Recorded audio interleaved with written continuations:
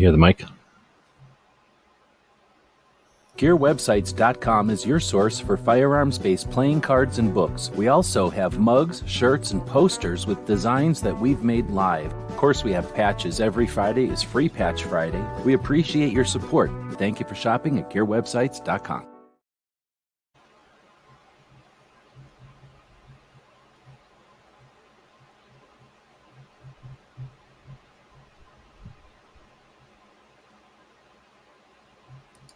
It's 11:59 at Radio Free America, and this is Uncle Sam with music and the truth until dawn.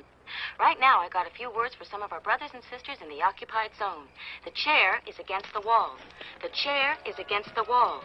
John has a long mustache. John has a long mustache. It's 12 o'clock, Americans, another day closer to victory. And for all of you out there on or behind the lines, this is your song.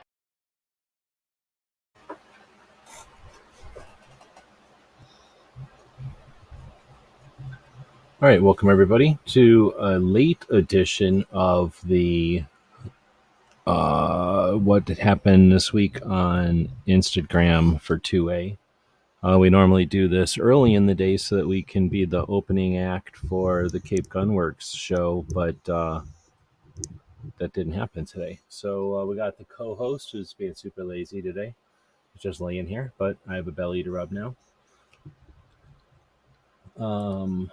And we have a poll going right now. So we're doing the show live. We're doing it a little bit late in the day. And we'll be taking a look at Instagram. But I like to ask a poll question if I can. So today's poll question is, what is the most important thing for Second Amendment right now? Is it the less than 90-day comment period that's in the happenings right now? We kind of got it creamed in the last couple of comment periods, depending on who you talk to. We got Massachusetts, 4420, massive situation, opportunity to rally, opportunity to join forces and challenge tyranny. And then we've got the red herring. I mean, New Mexico and the governor and every single camera, national level organization, and podcast talking about one thing that one governor did. How's this mic working, by the way? New microphone over here, and I got fans going. There's a truck making noises and stuff. How much of that are you getting? Are you getting snorty here, making his snorts? And then the last option, Second Amendment activism, creating new activists, becoming an activist, doing activist stuff, going to rallies and events and that kind of thing. So that's the questions for you, or the options for you. 90-day less than 90-day comment period, the Massachusetts situation, the New Mexico news of the day, and 2A activism. So right now, what do you know? 2A activism is getting 62% of the vote, with New Mexico coming in at 25%, and 90-day comment period coming in at 12%. Nobody, not even this puppy, voted for Massachusetts, although he didn't vote for anybody. So we're live, and we'll be saying hey to the people in the chat here in a bit. But what we're really here for isn't for this little dude. It is for what I'm about to put on the screen behind the little dude, which is our Instagrams. So we'll bring that up on the real screen. Let me figure out which screen I'm supposed to be looking at here.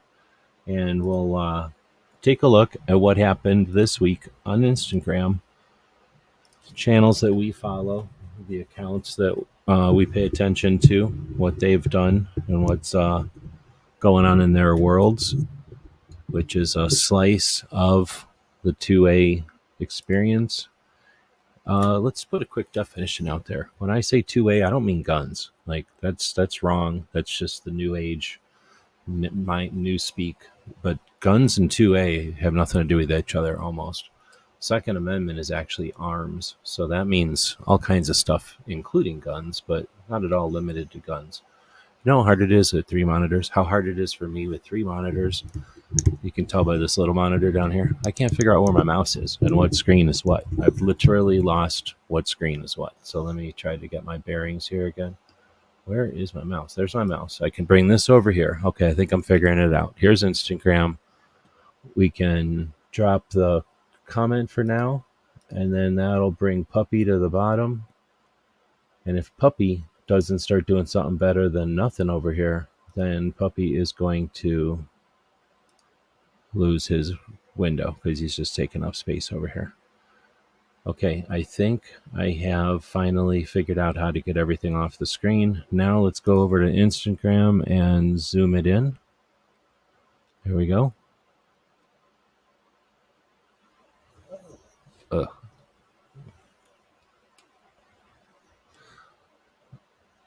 Oh my. So, boy, everything's getting choppy. Puppy's seeing a bug or something. All right, so what I'm going to do is drop the YouTube for now. Am I simulcasting this? I am. So I'm going to drop the YouTube for now, drop the link to the main channel in the description here, and go ahead and I'm going to close out of my Instagram too because I don't care, because I need to close some windows. So I'm not using a Macintosh, so I have to be hobbled. I have to go with the speed that my processors can keep up to. I'm constantly reminded I don't have an M2 processor or whatever. So I had to drop a bunch of windows to get back on the game here. All right, so we missed the early time slot today. Sorry about that. We're rambling here, but that's not my fault. My co-host is being weird, so I'm distracted by that. And we're about to look at Instagram. I just closed everything, so now I have to open everything back up again, but that's the reason you close it all. All right.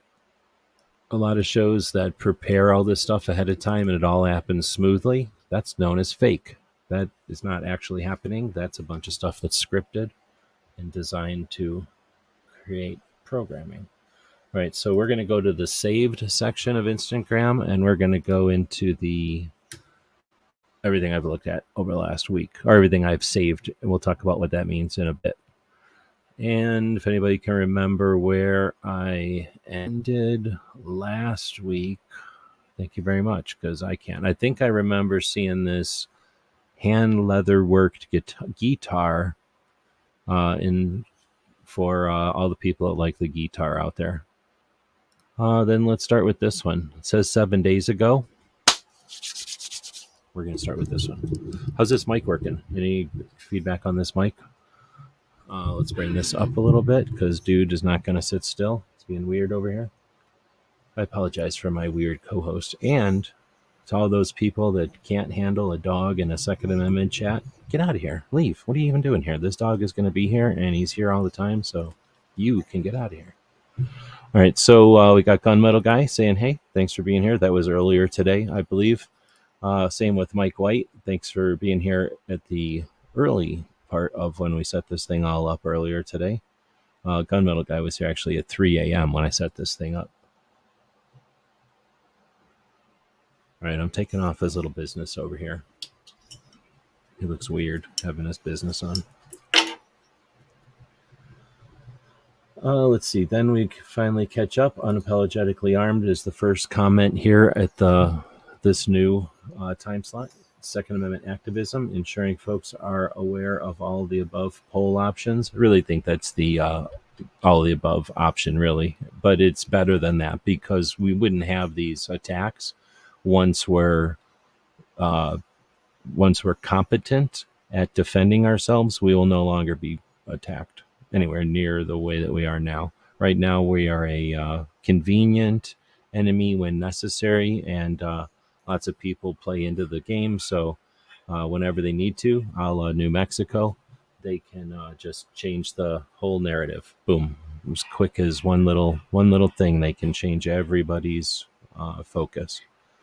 Mike White is out there. Good afternoon. Snob is joining us. The Gun Snob. You might want to check out Gun Snob's channel if you're interested in one of those GoPro 12s. I believe he has the first video about those things posted. So just so you know. Unapologetically Armed says, got the truck. Okay, I don't know what that means. And Tactical FUD is out there. Our Tack and Daughters, welcome. Mike White is saying, I don't think they really read, or if they do, they don't care about our comments. Well, I beg to differ. We can show you proof of that, but there's more to it than how they react. The consequences of rallying together to create awareness for what our rights protect creates a future where we are able to work together even better. So we're to the place we are today because people rallied behind those comment periods, and whether or not the consequences of the results of the comment periods were what we wanted out of the ATF, we still have our side of that and what we get out of it as a community. We don't get many opportunities to rally together. Our national level organizations are interested in doing their own individual things to score their own points. So these are opportunities with the comment periods for a bunch of different entities to work towards a specific goal. So there's lots of good stuff about these comment periods, in my opinion. Gear Report from the guitar side is saying the most chilling right now is the New Mexico. If that goes unchallenged, then it sets precedence for 2A to be suspended. Of course, however, it's already challenged. So each of the national level organizations that has lawyers on call, which is all of them, called their lawyers, and the lawyers did what would be expected when unconstitutional stuff is challenged or championed as, the other side's whatever, like victory. So they already have a stay, and it took less than a couple of days for that. Too many monitors. It's not really too many monitors. It's just that Amazon has such great prices on monitors. It's silly to not own 2 extra monitors for every laptop. Mike, sounds good. Right on. Thanks for the feedback. Oh, Black Guns and Gardens. Welcome. I don't really have anything going on in the garden right now, but got a little bit of fertilizer right here. I heard the truck. Oh, you did heard the truck backing up through the mic. Okay, so that's interesting to know. I've got 2 modes on the mic. I've got the all-around mode, like if it was sitting in the middle of the table, and then I've got the little heart-shaped mode. So at some point, I won't do it in this show. I'll wiggle around the microphone and see if it's maybe better if I was on. Is it any better if I'm on this side of it? Because now I'm above the microphone right now. And now I'm below the microphone. Any difference? Above or below the microphone? Above the microphone. Anyway, so now we'll dig into it. So again, thanks everybody for joining us live. And if you're out there and you're watching this and be a part of it, I don't just do programming. I don't just do stuff to do stuff. I could do a million things if I was trying to get fame and fortune. What I'm trying to do is create a conversation to pull the stuff off of Instagram over here, and shove it up onto YouTube over here, because a bunch of you people don't hang out with each other. And a lot of the messages over there have some finesse, have some nuance to them that make them a lot more fun and more interesting. And I think cut right to the nerve. They can cut right to the point, unlike some of the YouTube stuff that gets long and boring and people bring their dogs into it, and it's a big distracting mess. So if we can get past the little dog on the screen, maybe we can get into this already. Below the mic is better? Okay, good, because I'd rather have it above me. That means I don't have to wiggle it around either. So thanks for the feedback. All right, so we're talking about Rebecca Schmoy, a longtime Second Amendment activist who then put her money and her time and her life on hold to put her money where her mouth is and run for office. So she's a congressperson in Kansas, and it says democracy equals majority rule, constitutional republic equals rights of the individual supersede the wants of the majority. And then over here it says words matter. So she does some pretty succinct, pretty concise messaging like this often. So you often see Rebecca in my show like this. I wonder if I can make this so the dog's not quite as slanted all the time. He's not actually sitting slanted. Okay. I can be less distracted by that. Next one up is Stephen Holbrook, who's also often featured in this. Look over at Instagram. He's a writer and a researcher, historian, and an expert witness once in a while in people's discussions about the Second Amendment and its history. And now that the New York State Rifle and Pistol Association versus Bruin, the loser, that decision last year, a lot of people are bringing up the text and tradition instead of the whatever, right? So then they refer to these people who've researched it and are still kicking, like Stephen Holbrook. So he's doing a lot on Instagram. He posts these things that, sometimes are time appropriate and sometimes just kind of randomly. So this one says, no person shall presume privately to wear any pocket pistol. And then it shows an old goofy looking Derringer, kind of like the original Derringer. Then it says over on the side, in 1686, the province of East New Jersey enacted a law having no parallel in any other colony or even West New Jersey. It provided that no person shall presume privately to wear any pocket pistol or any other unusual, unlawful weapons, which did not affect open carry. And that no planter shall ride or go unarmed. No planter shall ride or go armed with sword, pistol, or dagger, excepting all strangers traveling upon their lawful occasions through this province, behaving themselves peacefully. The former is the only known restriction in any of the colonies on concealed carry. From A Right to Bear Arms, a book he wrote, A Right to Bear Arms, a constitutional right of the people or a privilege of the ruling class. And then it says Paul Revere's pocket flintlock pistol. The handle shape is known as the fishtail. So I didn't know that Paul Revere had a flintlock. I guess he did. All right, so that was pretty interesting, maybe. Next up is the NSSF, and talking about Gabby Giffords. Giffords gun control tries 3.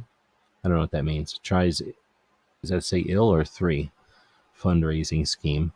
So essentially, Giffords' campaign, if you pay attention to him at all, has been cycling through some different efforts, and people are trying to understand what those reasonings might be.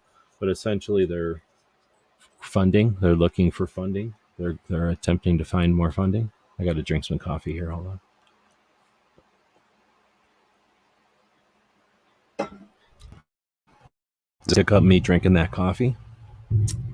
It says NSSF exposes Giffords Law Center's controversial fundraising tactics to undermine Second Amendment rights.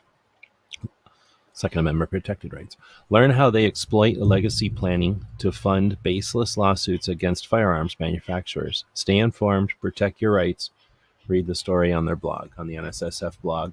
All right, buddy, you're going down. I'm putting him down. You're going down, buddy. You're getting out of here.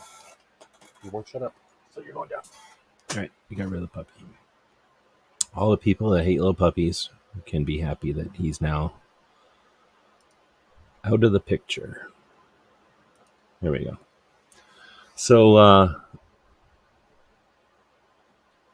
yeah, freaking Gabby.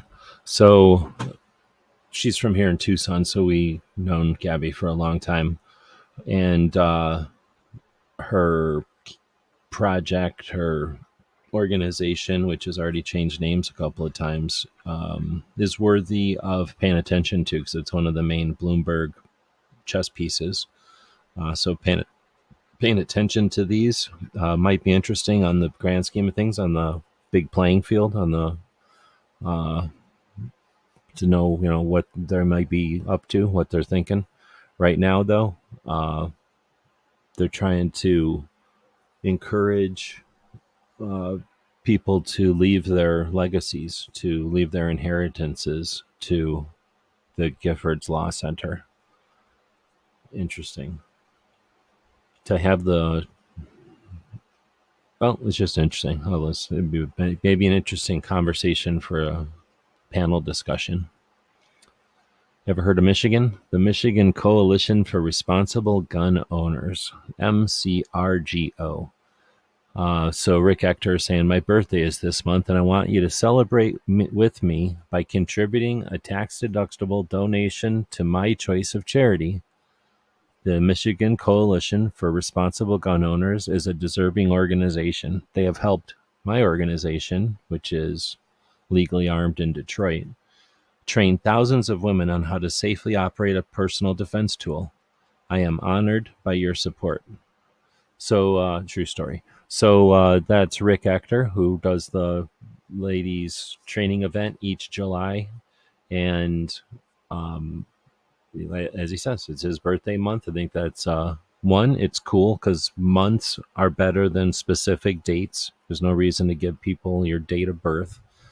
And having a month gives your friends and family and those interested an entire month to get ready to do something, to prepare a response, or to do something like this, offer a contribution to an organization that is of worth. So Rick does an awesome job here leading the way, as he's done often. He's been online doing this stuff longer than me, and I've been definitely doing it longer than y'all listening to this, I'm assuming. So Rick is definitely OG, and one of the reasons these guys are still kicking is because they're figuring out ways to do it better, do it different. So you don't see too many people doing this angle. I love it. This would be a neat tradition for the industry, for the community, whatever, to get in the habit of. And it's a state level organization. Even better.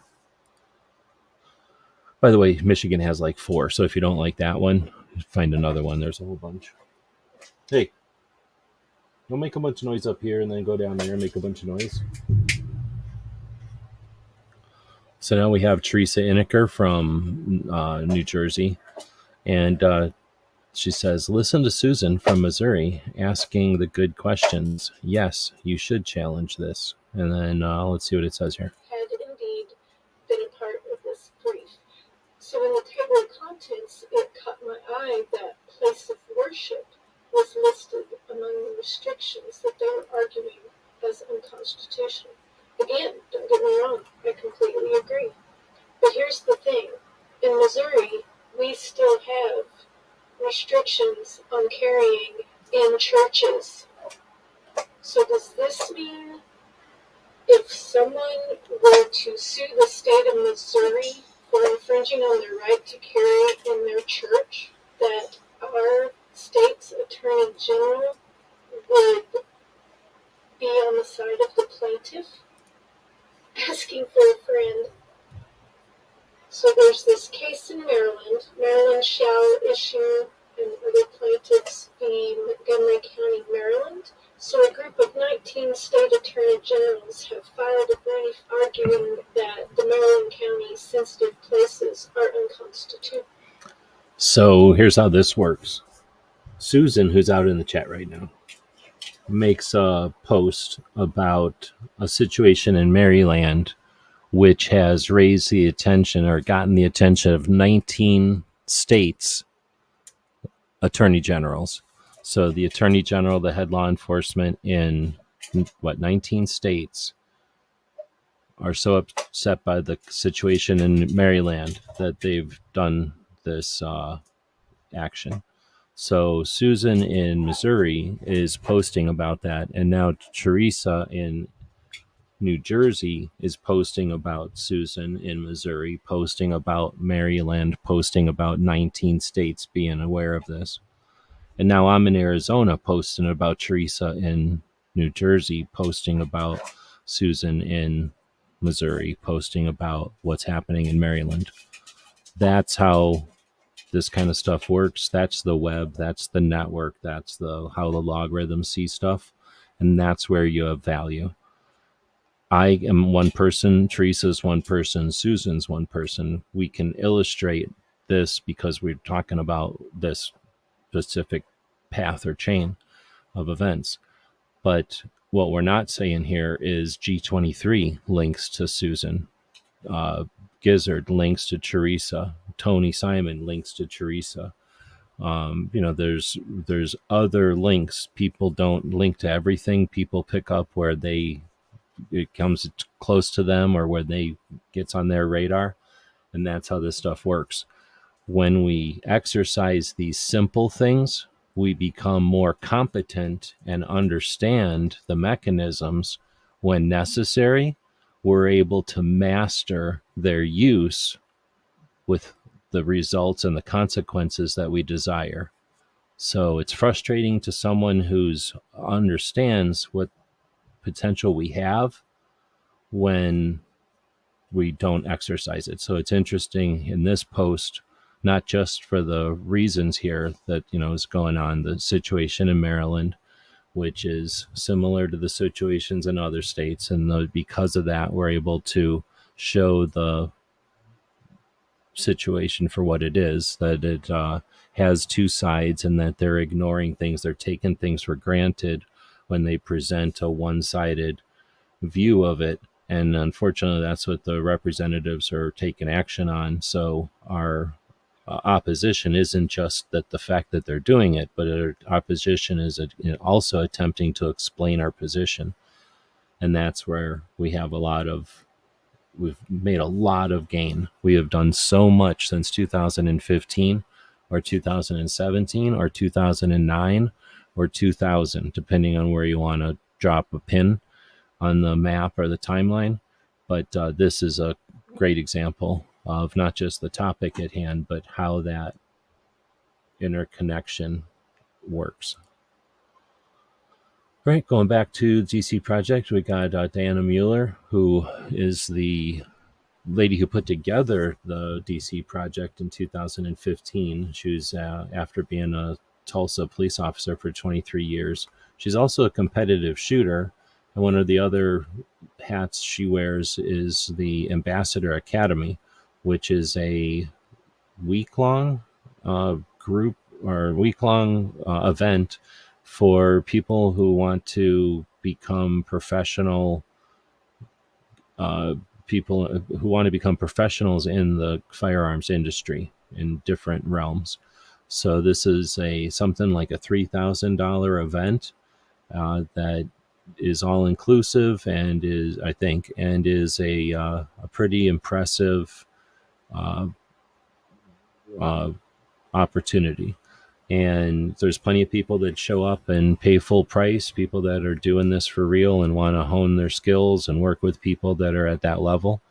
And they also offer scholarships. So Diana's posting here about a week ago, so I don't know if they're still available, but about a week ago, that applications for scholarships are available and how to contact them at Media Training and More, Orlando, Florida. Oh, wait, this is describing the thing. Media Training and More. It's in Orlando, and it's in February of next year. So it'll be just after SHOT Show by a couple of weeks. And you can go to form.jotform.com, and I'm not even going to try to read those numbers. It's a ridiculous link, but whatever. Then it says, class is filling fast, but we have a huge opportunity in scholarships from the NSSF. Link is in the biography, or link is in her bio. Deadline is October 13th. So that sounds like a pretty good window. If you're interested in really upping your game and doing this for real, the Ambassador Academy, which happens in Orlando, Florida, February 17th through 21st of next year, is an opportunity to get trained by the ultimate in the professionals in the industry, train with people who are going to be the next generation of professionals in the industry, and meet the industry. You come out of it with actual product as well. Like you come out with headshots and literal training that is how to work as a, what do they call them, ambassador, product ambassador, brand ambassador in the industry. It's pretty good stuff. Let's see. I guess I might be blowing off comments if anything's coming in. Nope, nothing's coming in. Let's see. FYI, Mike is saying, FYI, it's my birth month is next month, so you have plenty of time to decide on what to get him. Right on. I think you could get him probably something for a little puppy, and then that might work. Air and Space Museum says Wiley Post reached the stratosphere wearing this, and it looks like a crazy outfit from a science fiction movie, a low-budget science fiction movie. It says today in 1934, but this was on September 5th.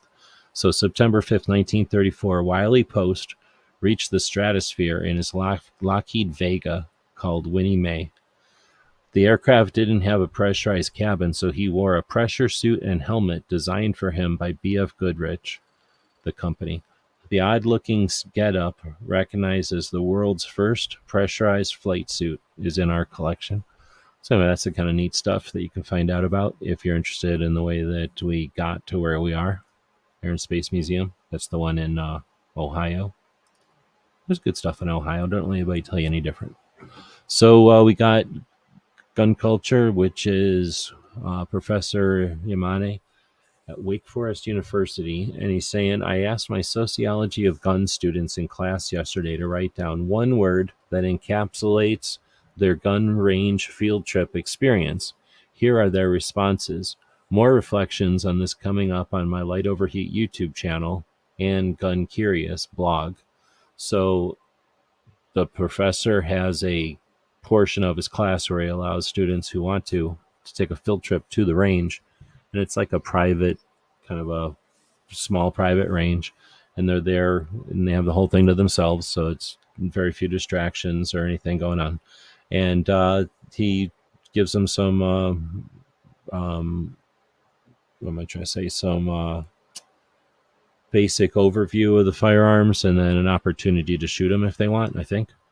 But these are students, and they're not necessarily students who are into guns or anything, so it doesn't seem like from the pictures over the years that it's been something where they're shooting a lot of ammunition as much as breaking some apprehensions, or, correcting some apprehensions. I don't know what the word is.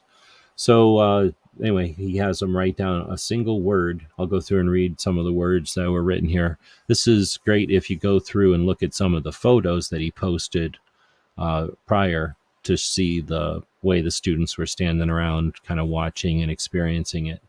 So they range from cool, cathartic, power, exhilarating, humbling, fun, exhilarating again, thrilling, safe, controlled, fun again, loud, unique, informative, fun a third time, and fun a fourth time. So I doubt that you made it an entertaining event. I'm sure you didn't make it stiflingly boring or anything either, but interesting to see that fun is the default for 4 of the students. Also, none of them wrote in cursive because they don't teach cursive no more, which is good because nobody likes reading cursive. That's pretty much a Europe thing. I don't know why people like cursive so much, except for the Constitution's written in it. We could just print the Constitution out, and then it would be, we don't have to have that old piece of paper no more.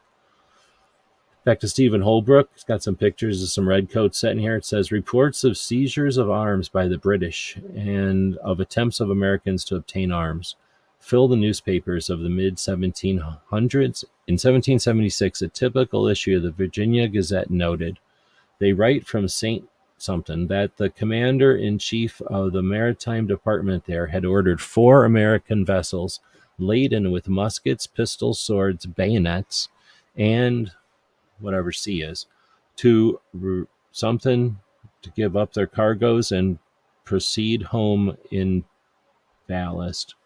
When the British fleet descended on Martha's Vineyard in 1778, its commanders demanded all the arms and ammunition and accoutrements on the island. Despite their relative inaccuracy, pistols were common arms that were eagerly sought after on the civilian market and used with effect in the Revolution's battles. So another excerpt. I don't know if he applies to anything, but some of those are kind of interesting, so I tag them. So I don't know if Ghost is listening. So if Ghost is listening, maybe he should go smoke a cigarette or something. But this one is an oldie and a goodie. This one comes from Gun Owners Radio. It says the problem with golf is that a golf course is the waste of a perfectly good rifle range. And I agree. And I think that, there's ways that you can do both, right? You can have golf for like a couple of hours on the weekend and then go back to being a rifle range for all the rest of the time and all of the evenings. Nobody can play golf at night anyway, but you can shoot at night. You know what I'm saying? I'm just saying, give people suppressors and some lights. They can shoot at night. It's a lot of fun. So the description here says, in case anyone says there's a problem with golf, this is the correct answer. So I don't know too many people into golf, but we do know some people who are definitely into golf. Let's see. Unapologetically Arm says, it's always when Missouri legislature is in high gear. Otherwise, I might be begging for a spot at the Ambassador Academy. Oh, you mean in February? Yeah. And that's, I guess, one of those things, because not all the states are kind of in lockstep with that, which is probably good. All right. The next one is from Cheryl here in Arizona. Says, join us for the 2A Grassroots Roundtable and Strategy Summit. This was, or is going to be, Thursday, September 20. Oh, really? Interesting. Thursday, September 21st. Starts at 6 p.m. at their Pot of Gold Auctions location in Avondale, which is essentially Phoenix, but people up there insist on acting like there's a whole bunch of different towns. But Phoenix is one big suburban sprawl city. Anyway, the Pot of Gold auctions is over on the east side, really close to, the closest to California. It's not really close to California, but it's the farthest west, I should say. Am I saying east? It's the farthest west. So because this is right before the Gun Rights Policy Conference on September 22nd and 3rd, you're going to have Cheryl there as the moderator. You've got Diana Mueller, founder of the DC Project, Michael Gibbs, who's now the president of the Arizona Citizens Defense League. I can't say his name, but the president of ASRPA. Okay. And then Holly Sullivan from Connecticut Citizens Defense League, who was on Cape Gunworks Rapid Fire Radio earlier today. Philip Van Cleve from Virginia Citizens Defense League will be there. Definitely an OG, along with Holly and Diana. Then you've got Alan Gottlieb, who is the guy who owns the Second Amendment Foundation. Got Alan Corwin. It says he's the president of JPFO. I didn't know that. Then you've got, but I know Alan Corwin for a long, long time. Some guy, president of the GRNC. Grassroots North Carolina? I don't know what GRNC is necessarily off the top of my head. Then Chris Stone, straight director of Gun Owners of America. Michael somebody, managing partner of something. I don't know who that is. And then Laura Smith, spokesperson, that's interesting, no longer president of Liberal Gun Club. So very interesting to see. And tickets are $25. Oh, well, dang it. $25. Cost me $80 to get up there, or $100 depending on where gas is, and then $25. Anyway, says the DCP, the DC Project AZ, is excited to be hosting this 2A Grassroots Roundtable and Strategy Summit. Does that really say 2A Grass event? Thursday, September 21st from 6 to 9. So it's $25 for 3 hours. Doors open at 5 at their Pot of Gold auction house. Collaborate between various member-based grassroots 2A organizations in order to maximize maximize our synergistic impact on the future of our inalienable right to keep and bear arms. The panel will consist of 10 plus founders and presidents of pro 2A member-based organizations. And I guess I could have read it over here. So that last person is Michael Yeah, I still don't know who managing partner of AZ FITA is. Let's find out what AZ FITA is. Arizona Firearms Industry Trade Association. I never even heard of this thing. What's up with this? About. Well, I guess we can all look at this together. About. Blah, blah, blah, blah, blah. Where's a date? I don't see a date. About us. Do you see a date? Copyright 23. So the first thing I do is grab this and I go back. Way back. And find out when that website started. Started this year. So interesting. AZ FITA, Firearms Industry Trade Association, a nonprofit association of firearms-related business in Arizona and other interested parties, works to enhance and improve. Can they make this smaller? Works to enhance the trade, blah, blah, blah, quarterly dinner meetings. Sponsoring of association member, what? Association member gun shows? What do they mean, gun shows? Where's these gun shows? Well, they threw a flag on the floor and threw a fucking Beretta on it. That makes me really care about that place. So we'll close out of there. So it's some guy who works at an organization that throws our flag on the floor and throws Berettas on it. So anyway, that'll be neat. A bunch of people hanging out, and for $25, you can go hang out with them for 3 hours. Your point is valid.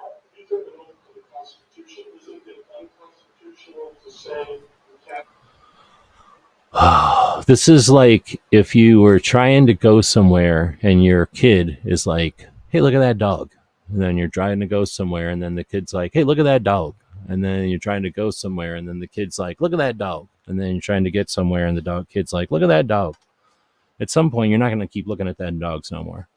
So this just seems like such a on-cue thing that I don't even want to comment on anymore. But this was one of the first posts I seen about it, I guess. I'm going to unlike it at this point. You don't have to permanently like something just because you liked it. Speaking of permanently liking something, we got Carrie Ann O'Clair and what's his face? Charlie over here. Carrie Ann is saying, I'm grateful for the friendship of Charlie Cook. Thank you so much for your help and dedication to my personal growth. I greatly appreciate everything you've done for me and everyone in our Second Amendment community. You are a true patriot all the way. Thank you, my friend. So, yeah, get a room. They like each other, and they're hanging out probably at 5 days ago. Would have been that it was the Massachusetts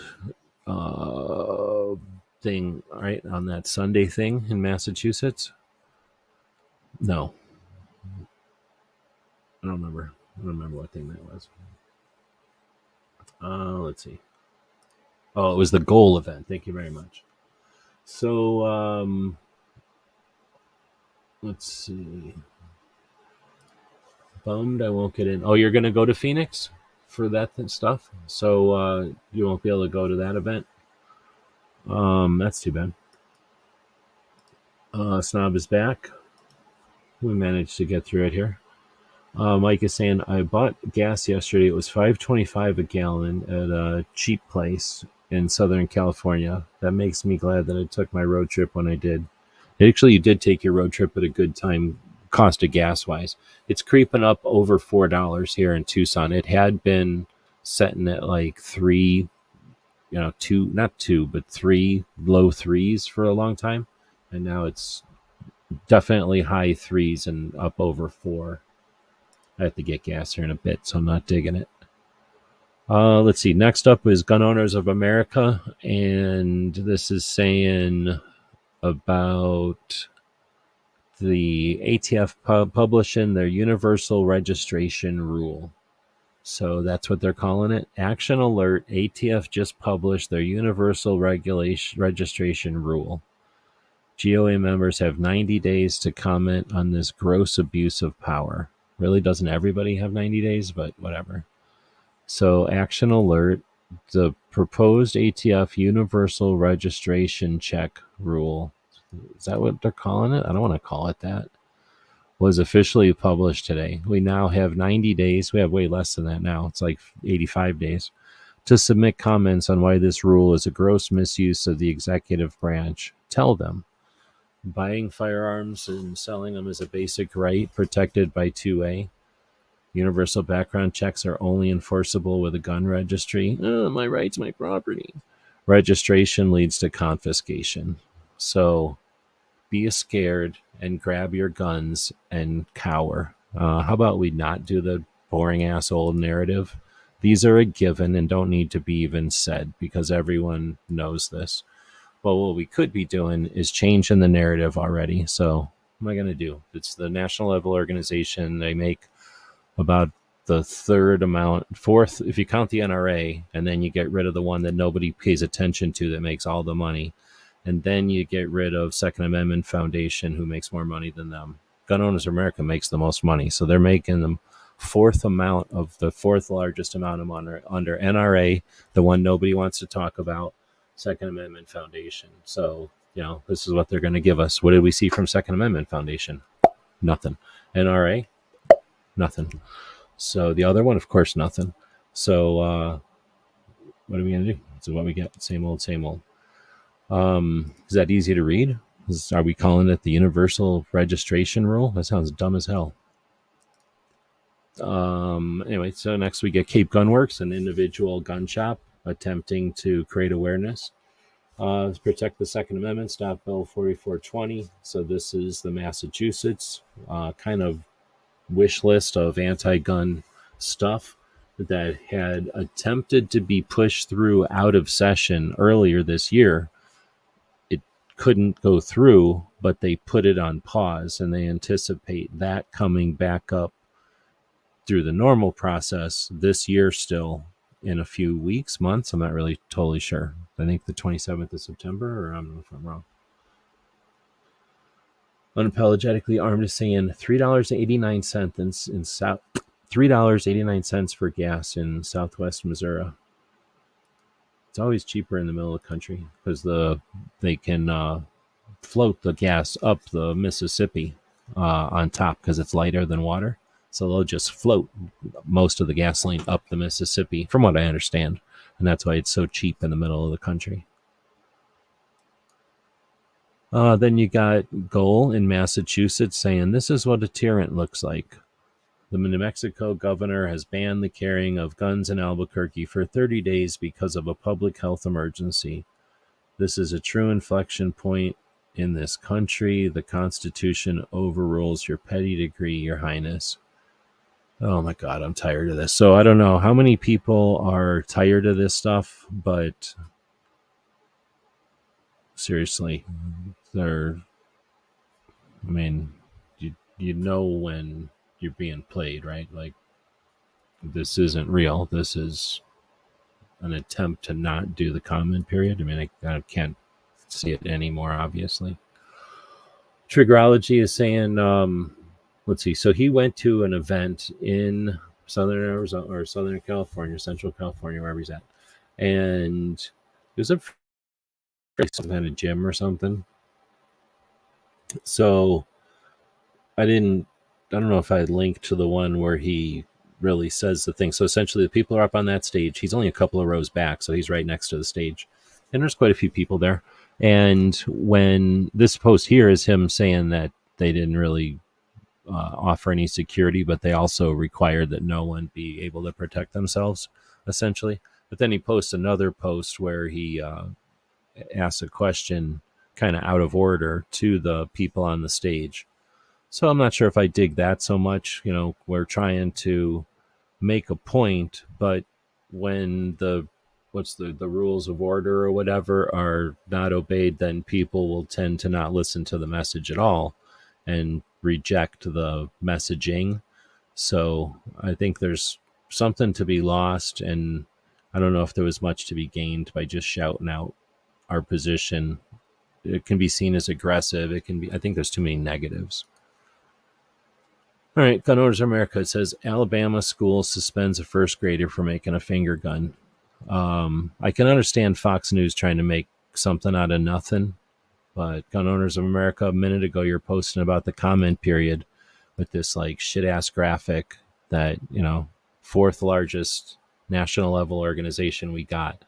And it's like, I don't know, all Arial, all capital, all smashed together, blue on white, like that. And then they do all this for bullshit ass nothing story. Come on. I mean, I can understand Fox News. I can understand some YouTuber who just wants to get in front of everybody's face every night.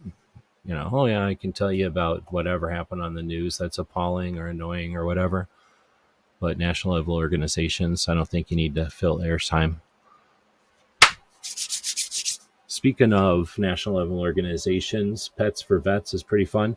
They help put pets and veterans together, and they have a pretty good Instagram page. So this one says, yeah, I'm into fitness whole pizza in my mouth. That's how it should say. Fitness whole pizza in my mouth. I guess I didn't say it right. And then it's this, I don't know what kind of dog that is. Some kind of little dog thinks he's so good.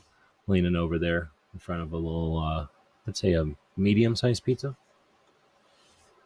Your Christmas 740 out there. Are you Mike corking you? Are you about to do something right now? This is his day.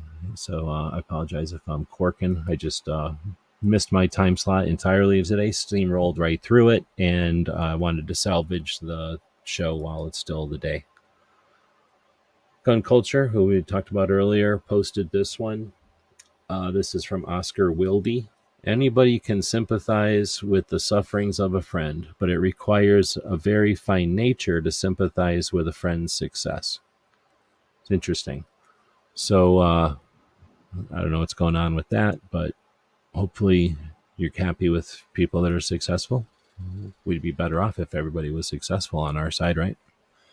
Cheryl Todd is saying, what do these books have to do with each other? Well, come hear my presentation at the Second Amendment Foundation's 2023 Alternative Multimedia Conference in Phoenix, Arizona on Friday, September 22nd to find out. Tickets are free. So if anybody's, I think it sounds like Susan's going to that. You'll find out what Tuesdays with Maury, Unreasonable Hospitality, The Power of Scarcity, and the Second Amendment Manifesto all have to do with whatever Cheryl's going to be talking about. Cheryl usually puts together a great presentation, and because of what she does, because of the roles she plays, and because of the passion she has to stay involved in each of those roles. A lot of people can put on hats, but Cheryl does a pretty good job of doing whatever's need to be done to, with that hat. So because she's got that experience, very few people have that experience. So her perspective is not just unique, but it's an interesting perspective because of, again, she works at the high level at so many organizations. And unlike Diana Mueller, who spends her time doing competition shooting and training and all the stuff that's necessary for competition shooting, Cheryl spends all of her time doing stuff and then encouraging others and enabling others. And I don't know if she does a lot of coaching, but I've never asked her for coaching. She may do coaching as well. So Cheryl's obviously doing a lot, but then additionally focused on encouraging others to be part of it and enabling. So it would be interesting to see that. Hopefully they'll record it. They usually don't, so maybe I won't see it. So next up is Battle Comp. Let's see. Oh, yeah. So it says something about blah, blah, blah, right? And then it says, here's Battle Comp. Only an abject fool thinks she did this without consulting DC. So Battle Comp, a great company, great head on their shoulders, great perception of what's going on in the world, not taking things for granted. They were aware of this pretty much instantly when it came out, and then went ahead and started posting it back then that this is a test, this is bullshit. So then their next one was, if you're not willing to learn, no one can help you. If you're determined to learn, no one can stop you. And that's by Zig Ziglar. So I like that one a lot. If you're not willing to learn, no one can help you. If you're determined to learn, no one can stop you. So I'm hoping I'm reaching people out there that are somewhere in between there. Don't get discouraged when your attempts to inform and encourage fall on deaf ears, because not everybody's at the same place. And what you lay down on the internet isn't temporary. What you lay down on the internet has permanence. So there's usefulness, not just for your own experience, but there's usefulness because it can be referred to and referenced. It can be, it is archived. So you will be able to recall it if necessary. So what you do has value, even if you don't see the immediate value in whatever the results is that you're seeking. If you're determined to learn, no one can stop you. I hope I'm only dealing with people like that. If you need to be encouraged to be part of this, you're not listening to this. So next up is Firearms Policy Coalition, and it says the illegitimate actions in New Mexico Governor Michelle something are no surprise if you've been paying attention to the disarmament regime's propagandists. These people are evil. So, they took an opportunity to push some guy's head on the thing and then, I guess, write an article about a hair salon. I don't understand what this is. Gunners of America breaking. GOA and the Gun Foundation have officially filed a lawsuit. What? Against the mayor. What do you know?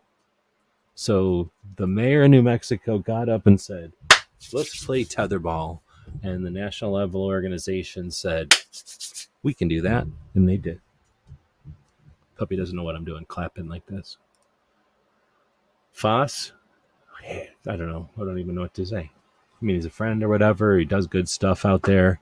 You may enjoy his overnight chats on Saturday nights in the late evenings. You may remember the Mouse Party when it was on Wednesdays, and it's now every other Saturday night. But first off, it's Chicago-style pizza, which is fine, right? That's the best kind and the realest of pizzas. But then he goes the obscene distance of putting this whole pineapple creation of pineapple pizza situation together here. If I wasn't against the whole concept of it, I would do a poll on whether or not the apple of pine is appropriate on a pizza. But that's it. I'm not interested. Speaking of being interested, though, I should go look at the poll. I shut that all down earlier. We do have a poll going. And eventually, when my internet catches up, what is the most important thing for 2A right now? Is it the 90-day comment period? Well, actually, the 85-day comment period. Is it the Massachusetts 4420 issue? Or is it the New Mexico tyranny? Or is it new 2A activism? Or I guess 2A activism in general.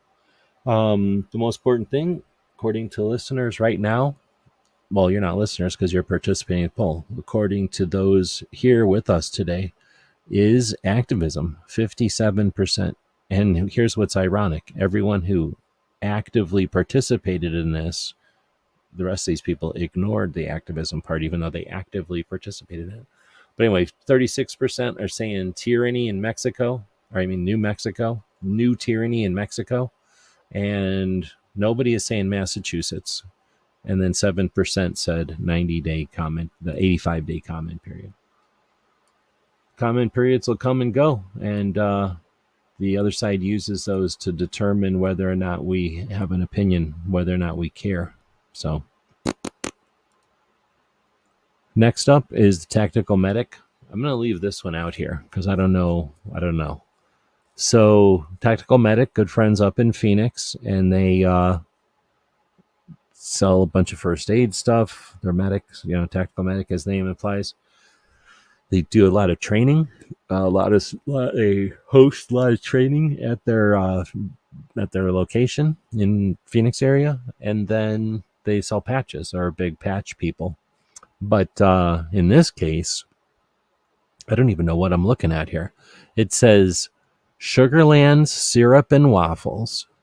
And then it says Eggo brunch in a jar. And there's a picture of a waffle and it's a jar.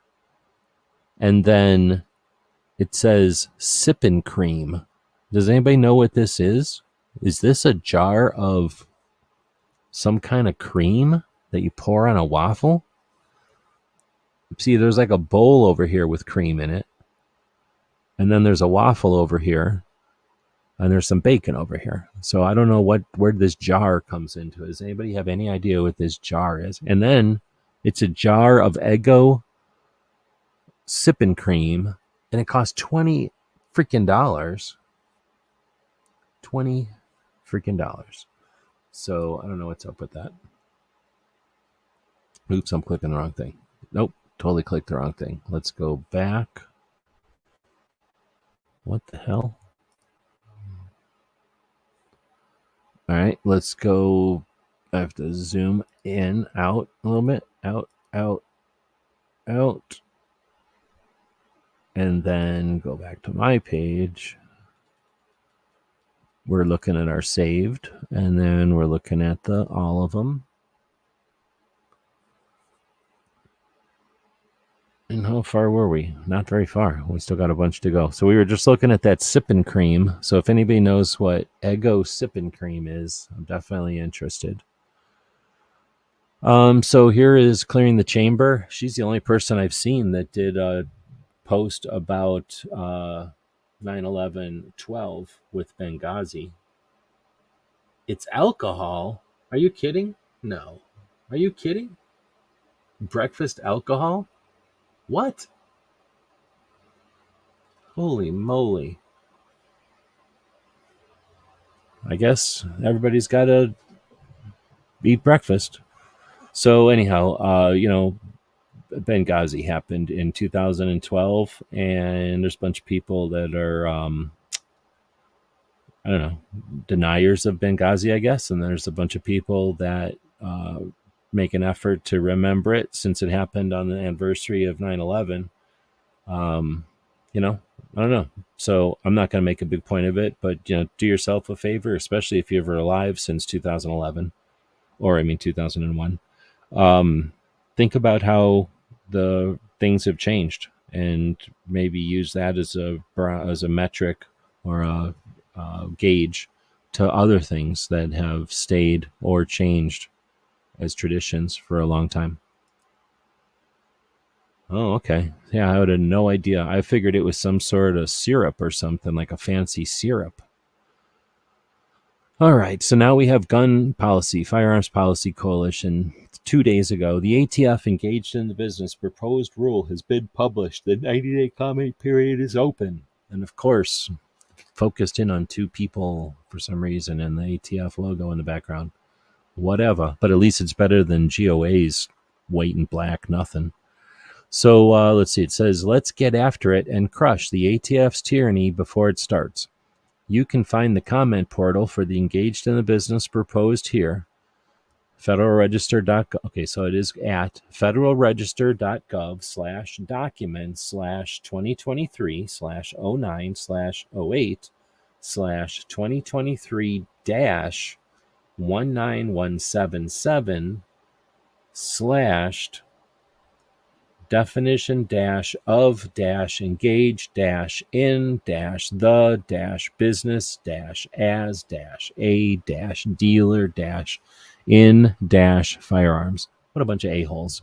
So there's a million other ways they could have done that. They did it this way because they don't give a shit, because they're a-holes. Not the FPC, but ATF. We got a comment period. We've got FPC, the smallest, the one that's barely bringing in $1 million. If they're lucky, they're bringing in like 3 million now. The other organizations bringing in somewhere. Well, NRA is bringing in 200 million. Then you've got organizations that no one wants to talk about bringing in $16 to $20 million. Then you've got the Second Amendment Foundation bringing in $16 to $20 million, I'm assuming, based on the past. And they pay for the Gun Rights Policy Conference. And then you got NSSF in there making actually quite a bit of money, 10 million, 20 million. I don't know. They make quite a bit of money, but they're paying for SHOT Show with it. Then you've got Gun Owners of America making as much money as Second Amendment Foundation, almost, but not paying for any kind of gun rights policy conference anywhere. And then you've got FPC making like if they're lucky a couple of $1 million. So something like a factor of 4 times smaller than all the other organizations, and they've got the best, well, not the best, but they've got graphics that actually look at you, can make you want to look twice at the graphic. And they're actually posting, hey, let's get at it, let's be work at it. What's the word? What am I trying to say? I can't think of the name, but let's get at it before proactive. That's the word I'm looking for. And then they give you an actual freaking link here in Instagram where it doesn't even work. So kudos to them. I always give them shit for looking up everybody's noses and looking at eyeballs and shit that's useless, but they're the only ones that actually put an executable link that you can actually do something with and some encouragement to do so. But we're going to see their boilerplate in a bit, and they'll be competing with Gun Owners of America's boilerplate to be the most copied and pasted responses to the comment period. Unfortunately, it's been like that for years and years. Faster Saves Lives says, spending today training a proactive, there's my word, proactive school system with Faster Saves Lives, HB 99 equal. I don't know what that means. What is your school doing? I don't know. I don't go to school. So this is some kind of a mug in some kind of a room with some sort of a monitor that has some sort of a slide that says Faster Saves Lives on it. Pretty cool. They teach the entire staff how to deal with emergencies of all types, including firearms and stuff like that, spree killers. So there's other things that can happen, teaching school administrators and faculties, administrators, something, and teachers.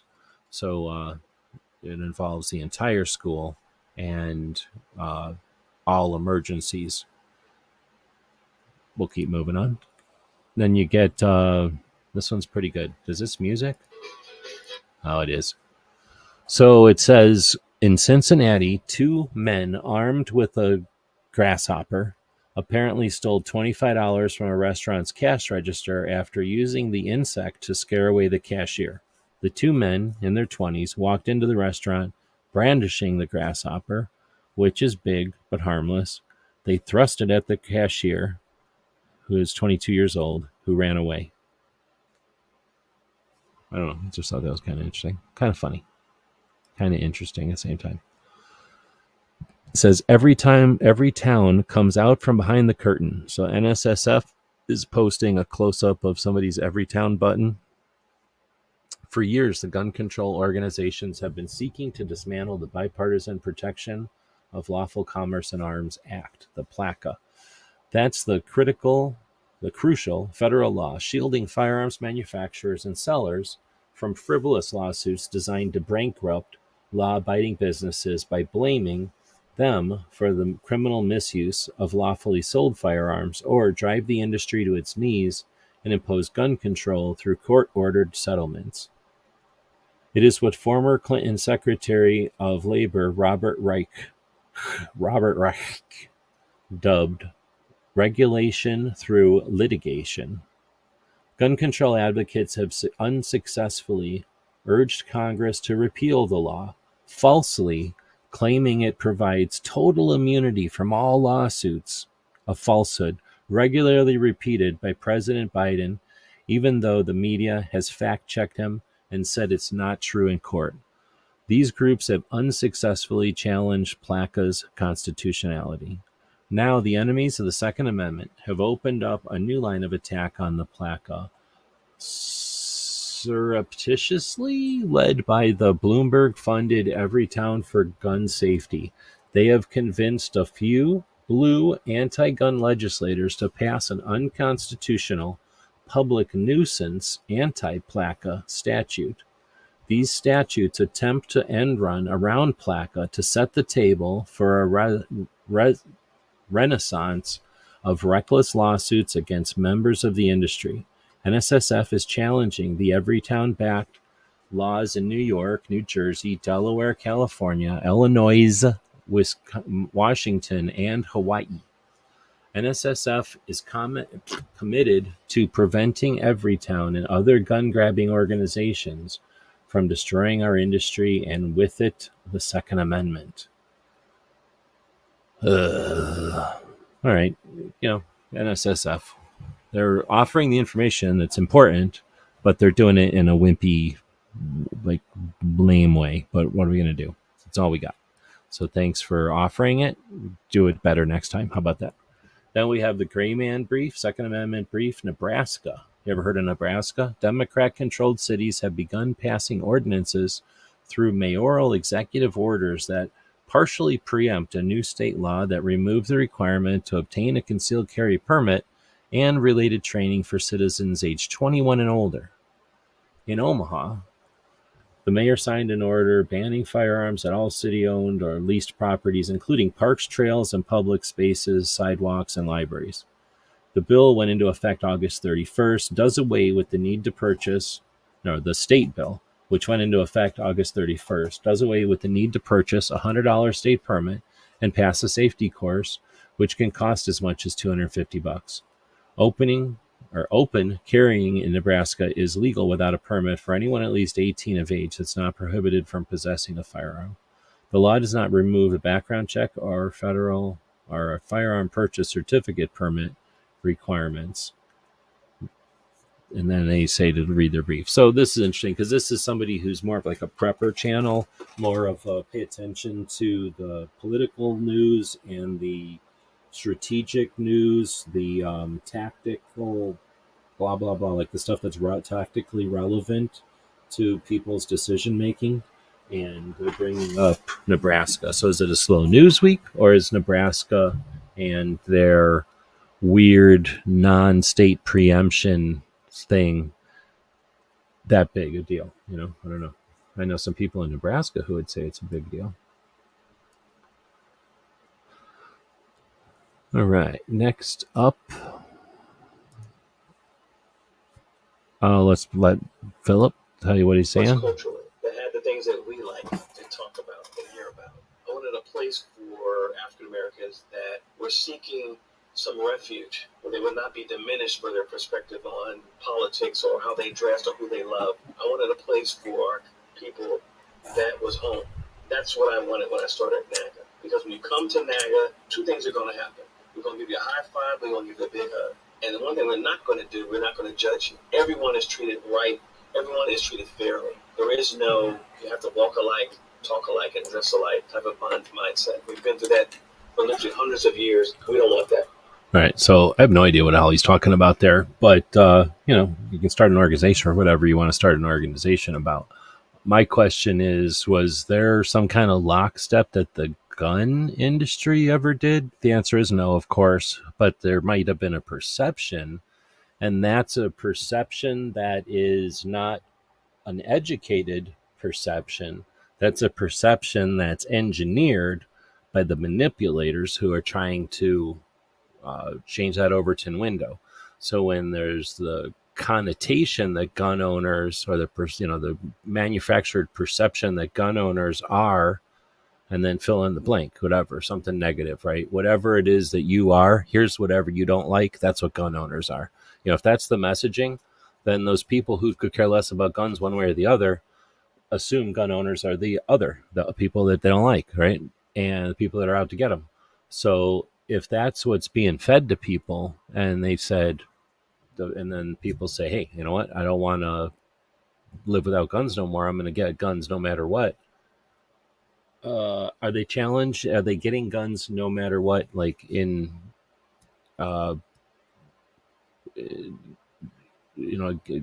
spite of the industry that said you can't?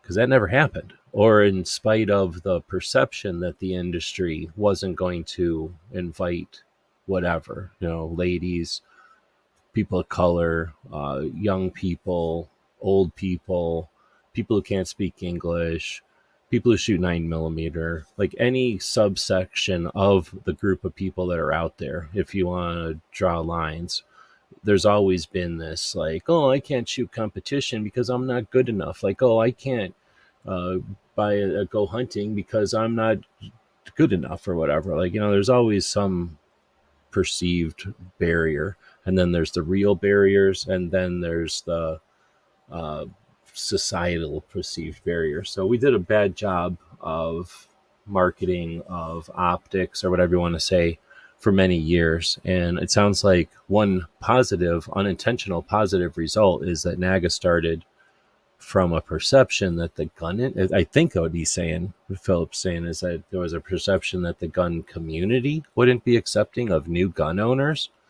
if, and whatever, fill in the blank, because there's other organizations that also started with that concept or that perception. Well, guess what? In reality, I can tell you, gun owners, there might be a couple of people who are assholes, but in reality, like, most people are like, oh, you like the hobby I like? Awesome. Let's enjoy our hobby together. So they're happy to see more people on board. It makes things more interesting, and it brings prices down, and it ensures the longevity of your whole, like, passion. So I don't know of anybody who doesn't want people around. Like I say, you can go find assholes who are weird and who don't want people around for whatever reason, but ignoring them, there's the majority of people are happy to see new gun owners. So now we've had 7-8 years of new gun owners coming on board from all different walks of life.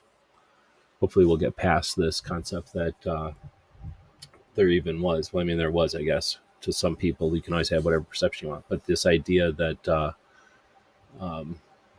there was this old gun ownership and this new gun ownership, because in actuality, gun ownership is pretty much gun ownership. Once people decide they're going to take responsibility to own something dangerous that other people and maybe themselves thought was too dangerous a minute ago, it's like the difference between before you can ride a bike and after you can ride a bike, before you can swim and after you can swim, before you're allowed to cross the street and after you decide you can walk across the street on your own.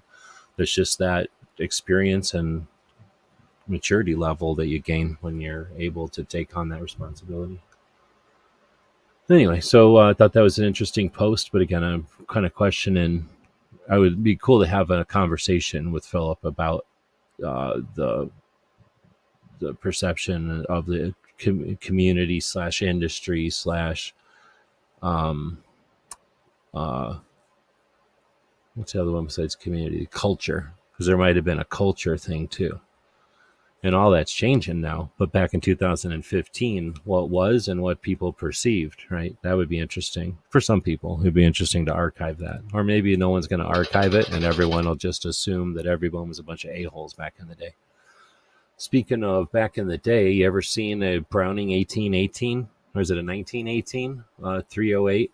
Or no, wait, these are 30-06 belt-fed, tripod-mounted machine guns with their barrels essentially chopped off.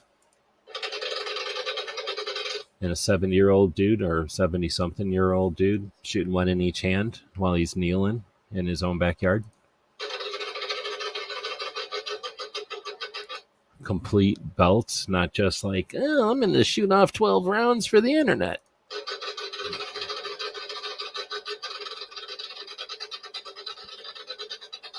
It gets boring shooting an entire belt, and people that do it wiggle their guns because they want to do stuff out downrange. He's interacting with his shot placement.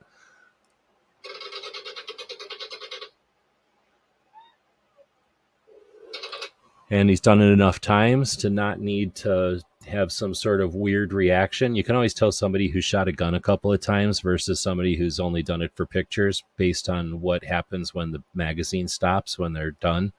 And, the reaction of a person who's comfortable with machine guns. Dragonman. You can go hang out at Dragonman and go to his 31st annual machine gun shoot, the first time they're going to have an industry range day. September 16th and 17th. If I had the money, I would be up there. If anybody wants to go join our Patreon, we have a link down at the bottom of the screen. It says our Patreons make it possible for us to spend time on projects like this one. So each week I try to smash Instagram over onto YouTube and let the people on Instagram know that it happened, so that it's harder to get Instagram people to do anything. You know how it is. But this is one of our projects. We do some coaching. We do some Q&A. We do some weekly wrap-up stuff. I try to do some flashback stuff when I can. As soon as I can, I'll start doing some interviews again. We got the tactical quiz coming back again for season 4, I think. And these are all possible in addition to a couple of dozen websites that are out there offering valid information that we've accumulated over the years, both in research and promotion of different things that are happening out there, from gun shops to gun shows to events to people to projects to news to, well, not really news, but like the history of news, to make it possible to find things when you're having conversations, to know where to find the answers when you're having a debate with somebody. So again, these resources are available. They're not free. It costs money every single month. It costs time to keep all that stuff going. And it's our Patreons that make that possible. So we really do appreciate that. And if you'd like to see us get up to Dragonman's this weekend, we only would need probably 100 or maybe 200 new Patreons, all jumping on board for like $20. So that literally thousands of bucks showers in. But with thousands of bucks, I could hook up the van and I could fill it up with gas and I could get my ass up to Dragonman's with. I probably wouldn't bring Mello because she hates the noise, but I would bring the puppy because he doesn't care. And then I would try to get a little set of hearing protection for him. And then all the fun that means going to Dragonman's. It means you drive past the range in New Mexico. It means you drive past Red Dawn. It means you drive past BMC Tactical in Albuquerque and the big surplus store in Albuquerque. So yeah, it would be cool. Plus, probably talk Honda to come down if I was up there. But anyway, that's this weekend, so probably not going to see 200 new Patreons dropping $25 or more. But yeah, if it happens. Wait, is that even enough? If we saw 100 new Patreons? I don't know. Maybe next year. Wyndham Weaponry used to be called Blackhawk. Wait, no. Used to be called Bushmaster. That's what happens when you're dyslexic.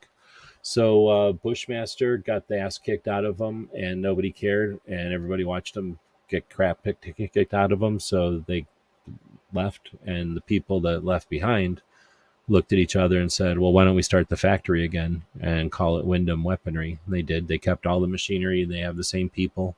So it's essentially Bushmaster. Whenever that stuff happened, I don't remember anymore, 2000-something, 12.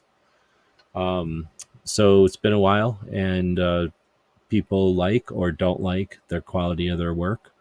But it says, with deep regret, we announced the closing of Wyndham Weaponry. Our website will be ordering through September 12th, Tuesday. Just ended already, and we'll do our best to order or to ship all the orders by the next week. Then 12 years ago, when we started, our shareholder, what would 12 years ago be? 8, 11, yeah, something like 12. When we started Wyndham, our shareholders and longtime employees were excited to continue the traditions and spirit of Bushmaster Firearms after the new owners decided to leave Maine. We built Wyndham into a company we could be proud of, providing outstanding customer service, high-quality products, as well as a great place for our dedicated employees to work.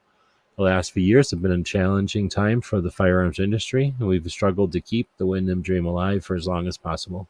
Unfortunately, we have not been able to meet our loan obligations with the bank after they've worked with us as much as they could.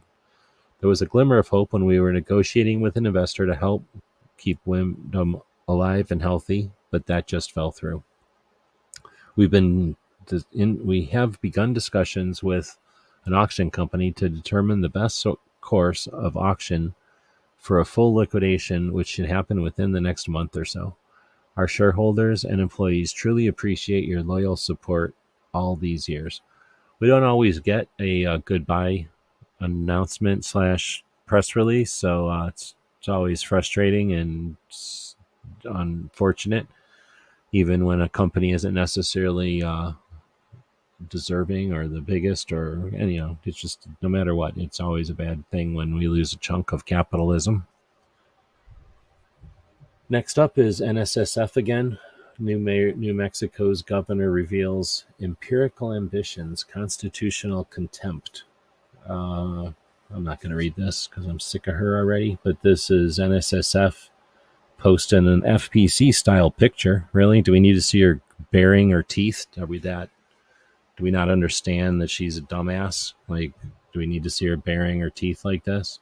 It's just going to make NSSF look bad to the people who hate NSSF. So they could have taken the higher ground. They're not winning any points by making this idiot look bad to us. So it just seems short-sighted to me. Maybe I'm overthinking it because I'm sick of this distraction. Are you not in violation of both the U.S. Constitution? And here's FPC. Everybody's backing away from defending her. It's going to be destroyed. The rest of her disarmament bullshit will be next. That's the only thing I would have liked to have seen. Like, next, like it's a barking dog. Let's keep marching. Let's we got other things to worry about. Let's not worry about this one. She essentially tested the waters and learned something from it.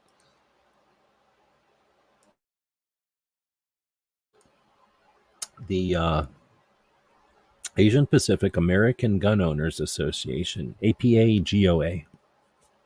It says, how did you spend your time during the National Shooting Sports Month? APA-GOA had a great time at the Aries Training Facility in Leesburg, Florida, with Beretta and something else. Thank you for all the attendees, volunteers, and our partners and sponsors, including Aries Training, something. The Asian Pacific American Gun Owners Association is a nonprofit organization dedicated to providing resources for APA and other gun owners to use their firearms safely and responsibly. So going to an industry event as a nonprofit, that's the new cool thing, being part of the industry, because nonprofits are part of the industry. Be curious to see a conversation, a panel discussion on, is the Second Amendment organizations part of the industry? Is that their goal, to teach us how to run optics? Is their goal to teach us gun reviews? Or is their goal something else? Do they need to hang out with the people who are doing gun reviews and teach us about optics and what grip angle is the next one to wish for, to lust after? All right, well, so now we're going to look at how I carry. Is there music here? I don't know if that's copyrighted. It says, a year from now, you'll wish you had started today.